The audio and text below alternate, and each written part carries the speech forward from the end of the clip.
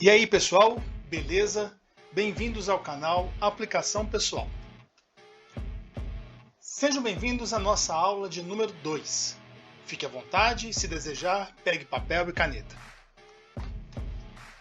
O texto que vamos trabalhar hoje é o Evangelho segundo Mateus, capítulo 1, verso 18 ao 25, em sua Bíblia.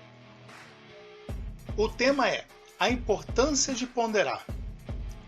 Vamos aprender a importância de se levar em consideração, a importância de avaliar. Recomendação: anote e, se preciso, paralise o vídeo quantas vezes precisar. E nos envie seus comentários, dúvidas e sugestões. Todas as referências e links na descrição do vídeo. Introdução. Mateus agora relata como foi o nascimento de Jesus Cristo. Lembrando que ele mesmo, Mateus, não estava presente para testificar ou confirmar o que relata. Mas afinal, o que torna o relato de Mateus digno de aceitação, já que ele não estava presente na concepção de Maria, e nem ao menos participou da história? Sua participação se daria anos à frente. É muito importante saber que, por se tratar de um texto bíblico, ou seja, considerado sagrado por religiões, é normal dizer que é preciso crer para aceitar. Mas o intuito desta aula é mostrar que, mesmo sem o requisito fé, é possível dar crédito ao escrito. Por isso, convido você a estudar comigo e juntos vamos aprender o poder de ponderar. Avaliar o contexto que nos rodeia. Para isso, precisamos validar o texto e descobrir quais são as técnicas que possibilitam o crédito da escritura. Existem técnicas de verificação, e duas delas são consistência de texto e o registro em outras fontes. Consistência do texto. O que seria isso? Dizemos que um texto é consistente se obedecer a uma estabilidade sintática ou semântica dos seus elementos. Esses elementos são necessários em toda a produção textual. Ela é composta por 7 fatores: coerência, coesão, intencionalidade, aceitabilidade, situacionalidade. Gente, que nome complicado, mas vamos lá. Situacionalidade, informatividade e intertextualidade. Outro nomezinho complicado, não é verdade? Intertextualidade. Mas os elementos clareza, expressividade e originalidade, que juntos são os responsáveis por indicar cada aspecto envolvido na comunicação do texto. Dessa forma, podemos afirmar que o texto apresenta estilo de escrita. O autor usa uma linguagem formal e padrões gramaticais consistentes ao longo de todo o trecho. Ele usa de terminologia. O autor usa termos e frases-chave consistentes para se referir a personagens e eventos, como Jesus, nascido de Maria, Maria, sua mãe, e José, esposo de Maria.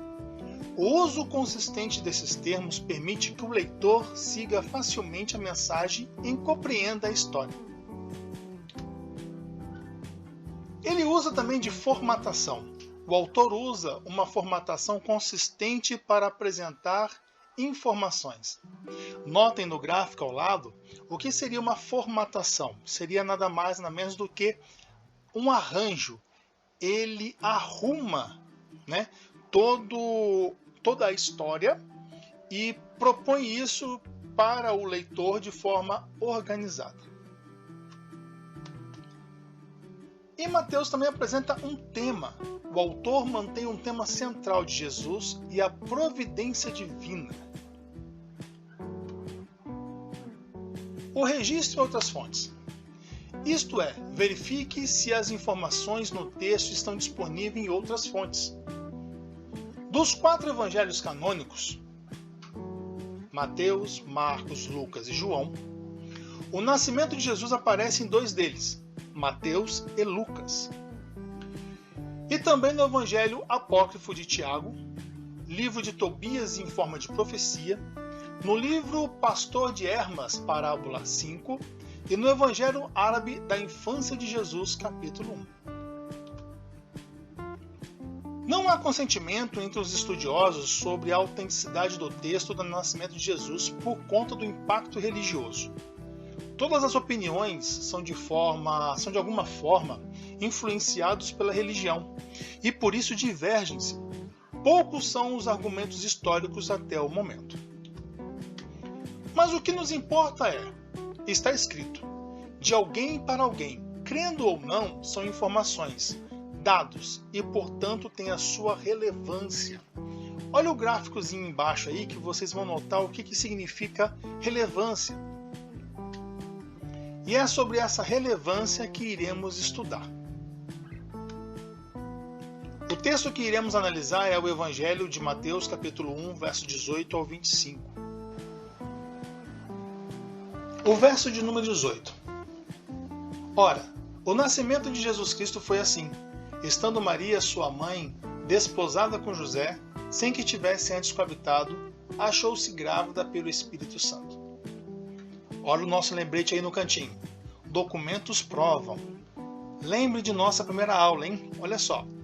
Lembra quando a gente falou na primeira aula que os documentos, que aquilo que é escrito, que aquilo que é anotado serve como documento, serve para que a nossa mente processe informações melhores? Então, se você não viu essa aula ainda, volta lá na aula de número 1. Estando Maria, sua mãe, desposada com José. Notem o uso da terminologia. O autor deixa claro sobre qual Maria ele está falando. Desposada, ou seja, noiva. Sem que tivesse antes coabitado. Outra palavrinha também em grego ali, que também quer dizer reunir-se, juntar-se em assembleia, de coabitação conjugal, ir, partir ou vir com, acompanhar alguém.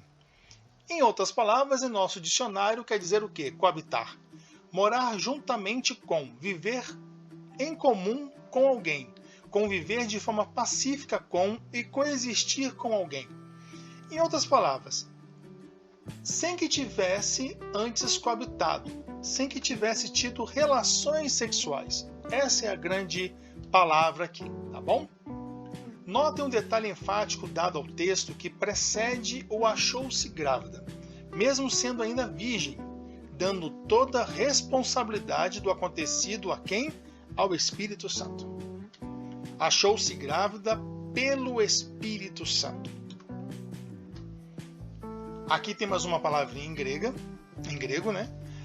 Que quer dizer barriga, ventre ou útero, né? Achou-se dentro do seu ventre algo inspirado, algo colocado pelo Espírito Santo. Então nós temos aqui então que ela achou-se grávida pelo Espírito Santo. 3 palavras aí em grego para que a gente possa avaliar melhor. O evento de Mateus só é escrito depois da morte de Cristo, e o termo Espírito Santo só é ensinado aos discípulos mais à frente. Observem a ordem cronológica dos eventos bíblicos. Aparecendo primeiro a Maria, mãe de Jesus, em Lucas capítulo 1, verso 35.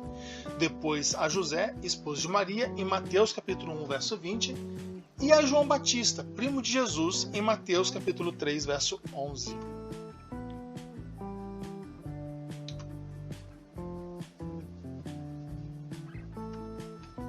Mateus só começa a seguir Jesus a partir do capítulo 9 de seu livro. Em Marcos capítulo 2, verso 13 e 14 e Lucas capítulo 5, verso 27 e 28.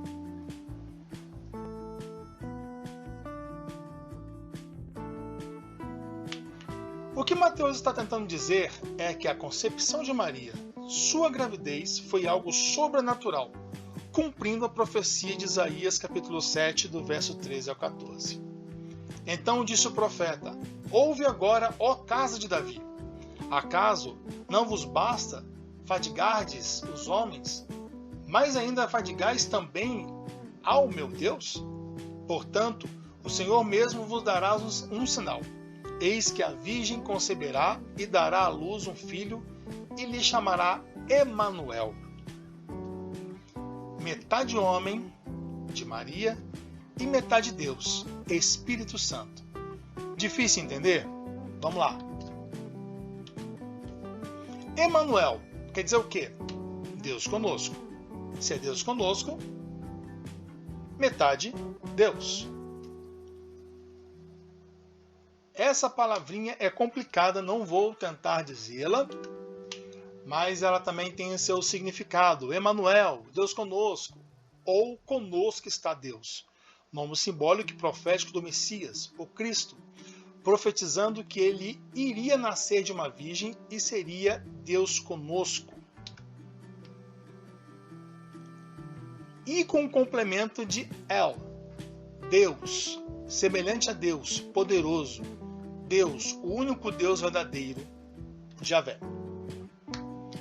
Deus encarnado, ou seja, Deus em carne. Olha o que significa encarnado em nosso dicionário. Que encarnou da cor da carne, vermelho, que adquiriu corpo, que se materializou. Deus, que tomou forma humana.